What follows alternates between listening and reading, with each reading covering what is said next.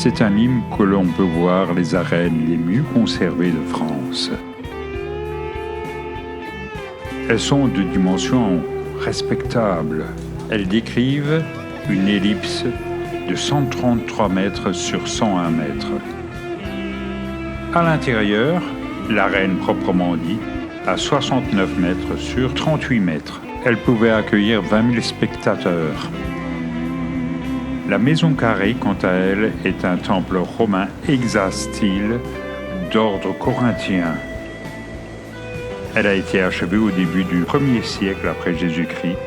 Elle est dédiée à l'empereur Auguste. Après, elle est devenue tour à tour une église et plus tard un musée. C'est le temple romain le mieux conservé au monde.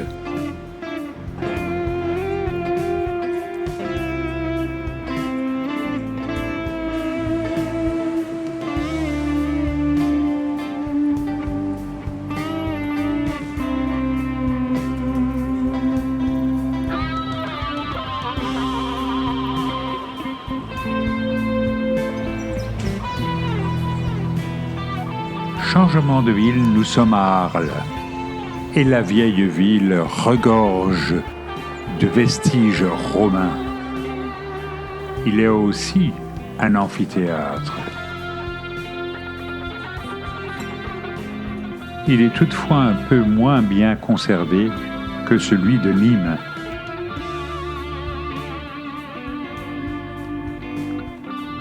En plus, il est affublé de 4 tours médiévales parce qu'il avait été récupéré pour en faire un château fort. L'édifice a été construit sous le règne de Domitien, fils de Vespasien et frère de Titus. Pour ce qui concerne les dimensions externes, 136 mètres sur 107 mètres, comparable en tout point à l'amphithéâtre de Nîmes, mais plus grand de quelques mètres.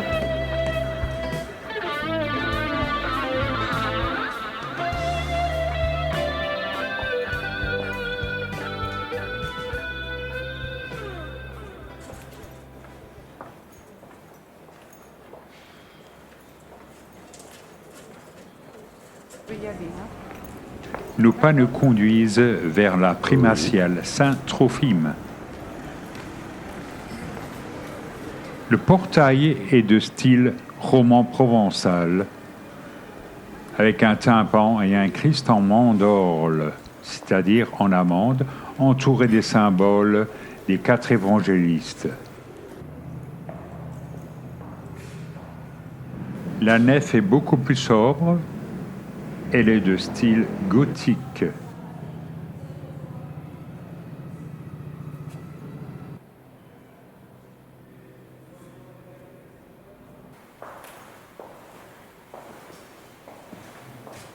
Une des 4 tours qui surmonte l'amphithéâtre d'Arles, qui à la fin du Moyen-Âge s'est transformé en bastide, une sorte de château fort. Autre château fort, cette fois-ci, celui de Tarascon. C'est le château du roi René. C'est une forteresse gothique qui a été construite au XVe siècle.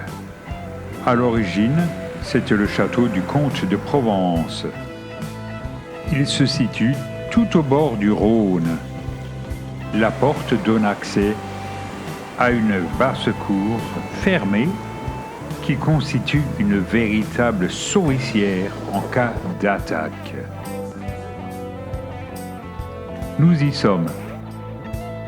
Ce château est constitué d'une muraille de 3 à 4 mètres d'épaisseur et de 45 mètres de haut. Nous sommes dans la cour d'honneur. On remarque que le style en est gothique. Cependant, les sculptures ont été dégradées pendant la Révolution.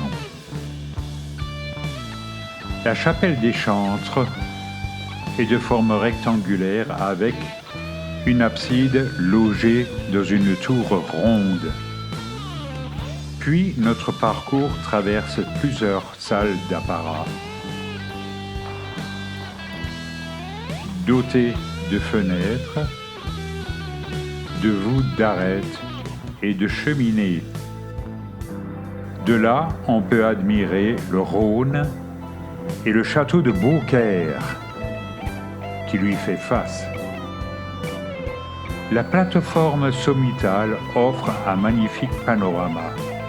Il y a des gargouilles qui forment un bestiaire. On a la vue sur l'église de Tarascon et sur la cour d'honneur.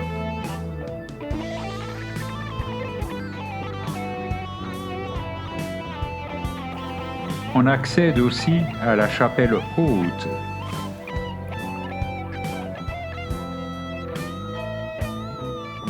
Il n'y a pas beaucoup de décoration, toutefois, on voit des culs de lampe en forme de chauve-souris. On voit aussi que la plupart des salles sont pourvues de cheminées et souvent de latrines.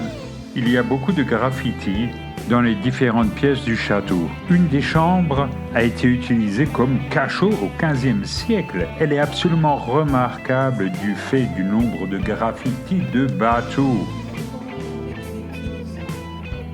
On terminera la journée par une promenade à Beaucaire, de l'autre côté du Rhône.